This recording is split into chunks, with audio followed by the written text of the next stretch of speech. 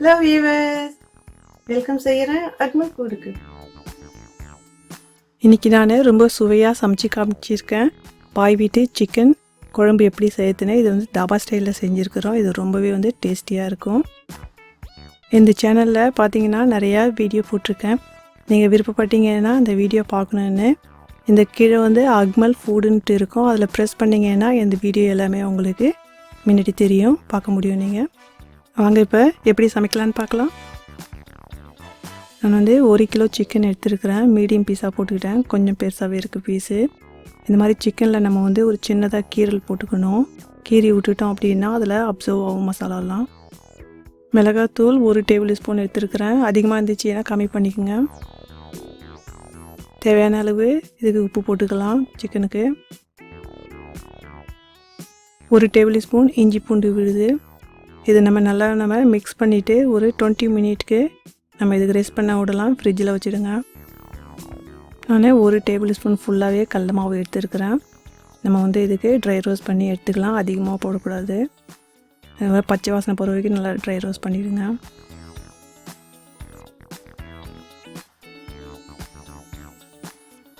நான் அடுப்பில் பேன் வச்சுருக்கேன். ஒரு 150 ml குக்கிங் ஆயில் எடுத்துக்கிட்டேன். உங்களுக்கு எவ்வளோ தேவையோ நீங்கள் சேர்த்துங்க. நான் கரம் மசாலா எடுத்துருக்கேன். ஒரு 3லேருந்து 4 ஏலக்காய், சின்னதாக ஒரு பட்டை, ஒரு 3 லவங்க, 1/4 டீஸ்பூன் மிளகு. எண்ணெய் சூடாச்சு. இப்போ இந்த கரம் மசாலா இதில் போட்டுக்கலாம். கொஞ்சம் பொரியட்டும். நான் ஒரு 1/2 டீஸ்பூன் ஜீரகம் எடுத்துருக்கேன். இதுவும் இதில் போட்டுக்கலாம், பொரியட்டும். நான் ஒரு 2 பெரிய சைஸ் வெங்காயம் எடுத்திருந்தேன். இதுக்கு ரொம்பவே பொடியாக கட் பண்ணிக்கிட்டேன். நீங்கள் ஆம்லேட்க்கு எப்படி பொடியாக கட் பண்ணிங்களோ அந்த மாதிரி கட் பண்ணிக்கோங்க. அப்போ தான் வெங்காயம் வதங்கிறதுக்கு யூஸ்ஃபுல்லாக இருக்கும் குயிக்காக. நம்ம ஒரு 1/4 டீஸ்பூன்னு சால்ட் போட்டுக்கலாம். இந்த வெங்காயம் வதங்கிறதுக்கு யூஸ்ஃபுல்லாக இருக்கும். ஹை ஃப்ளேமில் வச்சு நல்லா இதுக்கு வதக்குங்க. கொஞ்சம் டைம் ஆச்சுன்னா கூட நம்ம வெங்காயத்துக்கு நல்லா இது பொன் உருவலாக நல்லாவே இது வதக்கணும். பாருங்கள், நல்லாவே வதங்கிடுச்சு பொன் உருவலாக. நம்ம இந்த ஸ்டேஜில் பூண்டு இஞ்சி பேஸ்ட்டு 1 டேபிள் ஸ்பூன் போட்டுக்கலாம். இது நல்லாவே பச்சை வாசனை போகிற வரைக்கும் வதக்கணும். பாருங்கள், நல்லா நம்ம பச்சை வாசனை போகிற வரைக்கும் வதக்கிட்டோம். நம்ம இந்த வெங்காயம் வேகிறதுக்கு கொஞ்சமாக தண்ணி சேர்த்துக்கலாம். ஒரு 4லேருந்து 5 டேபிள் ஸ்பூன் தண்ணி மட்டும் சேர்த்துக்குங்க. நிறைய போடாதீங்க. இப்போ கொஞ்சம் மீடியம் ஃப்ளேமில் வச்சு இதுக்கு வேக வைக்கலாம். நம்ம கொஞ்சமாக தண்ணி போட்டோம் வெங்காயம் வேகிறதுக்கு. பாருங்கள், இந்த வெங்காயத்துக்கு ஒரு 80% வரைக்கும் நல்லா நம்ம வேக வச்சிட்டோம். இந்த மாதிரி கையை வச்சா நல்லா மேஷ் ஆகணும். இப்போ நம்ம இதில் தக்காளி போட்டுக்கலாம்.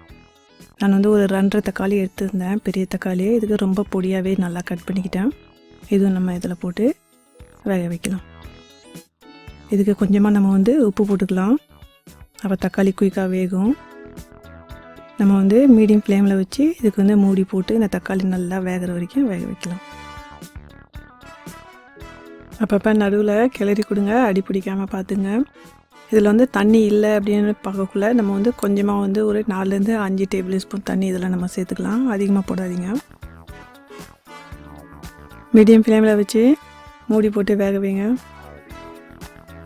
பாருங்கள், நம்ம போட்ட வெங்காயம் தக்காளியெலாம் நல்லாவே மசிஞ்சிடுச்சு. இந்த மாதிரி நம்ம எண்ணெயிலே நல்லா வேக வைக்கக்குள்ளே இந்த குழம்புல நல்லாவே டேஸ்ட் வரும். நம்ம சிக்கன் ப்ரிப்பேர் பண்ணி வச்சுருந்தோம் இல்லைங்களா? இப்போ இது நம்ம நல்லாவே வதக்கணும். இந்த மாதிரி சின்னதாக நம்ம இதில் கீரல் போடக்குள்ள இந்த மசாலாலாம் நல்லாவே அப்சர்வ் ஆகிருக்கும். நம்ம இப்போ சிக்கனுக்கு நல்லா ஹை ஃப்ளேமில் வச்சு 5லேருந்து 6 நிமிஷம் நல்லா இதுக்கு வதக்கலாம். கிட்டே இருந்து நல்லா வதக்கி விடுங்க, அடி பிடிக்காமல். பாருங்கள், நம்ம ஒரு 5லேருந்து 6 நிமிஷம் நல்லாவே இதுக்கு வதக்கி கொடுத்துட்டு இருந்தோம். இந்த சிக்கன் நம்ம போடக்குள்ளே பிங்க் கலராக இருந்துச்சு. இப்போ இந்த கலர் உங்களுக்கு சேஞ்ச் ஆகிருக்கிறது தெரியும். இந்த வீடியோ பிடிச்சிருந்துச்சின்னா நீங்கள் சப்ஸ்கிரைப் பண்ணுங்கள், ஃபேமிலியோடையும் ஷேர் பண்ணுங்கள். நம்ம இப்போ அடுப்புக்கு சிம்மில் வச்சிடலாம். பவுட்ரு மசாலா போடணும்.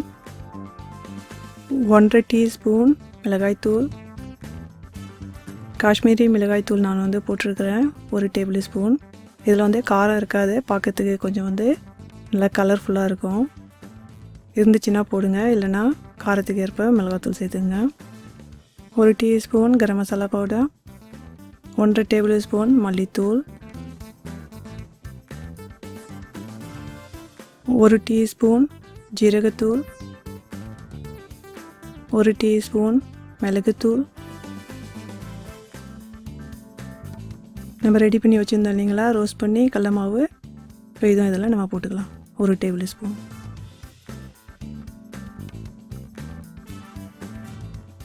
நம்ம வந்து இதுக்கு பச்சை வாசனை போகிற வரைக்கும் பவுடர் மசாலாவுக்கு நல்லா வதக்கணும். சிம்மில் வச்சு ஒரு 4லேருந்து 5 டேபிள் ஸ்பூன் தண்ணி போட்டுங்க. அதிகமாக போடாதீங்க. வதக்கக்குள்ளே மசாலா கருகிடாமல் இருக்க நம்ம போடுறோம் தண்ணி கொஞ்சமாக. பாருங்கள், நம்ம வந்து சிம்மில் வச்சு நல்லாவே வந்து வதக்கி கொடுத்துட்டோம் இந்த பவுடர் மசாலாவும். நம்ம இப்போ ஒரு 3லேருந்து 4 பச்சை மிளகாய் இதில் போட்டுக்கலாம். சின்னதாக உங்களுக்கு எவ்வளோ தேவையோ போட்டுங்க.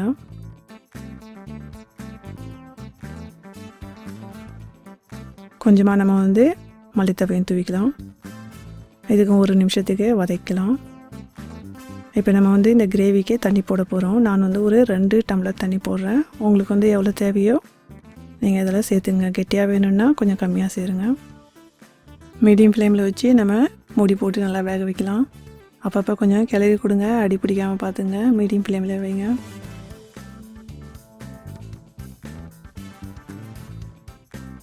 பாருங்கள், சிக்கன் வந்து நல்லாவே வந்து வெந்துடுச்சு. சிக்கன் இந்த கிரேவியும் வந்து பாருங்கள் நல்லா மேஷ் ஆகிடுச்சு. வெங்காயம் தக்காளி எல்லாம் ரொம்ப ஸ்மூத்தாக இருக்குது. பாருங்கள் கிரேவி பார்க்கறதுக்கு.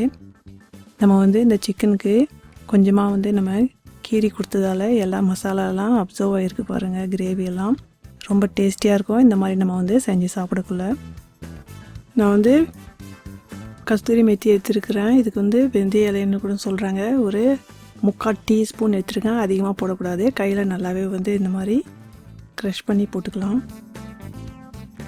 1 டீஸ்பூன் கரம் மசாலா பவுடர். நான் இந்த வீடியோவில் லிங்க் போட்டிருக்கேன். பிரியாணி மசாலா தான் கரம் மசாலா பவுடர், வேணுன்னா பார்த்துங்க. கொஞ்சமாக வந்து மல்லித்தவை தூவிக்கலாம்.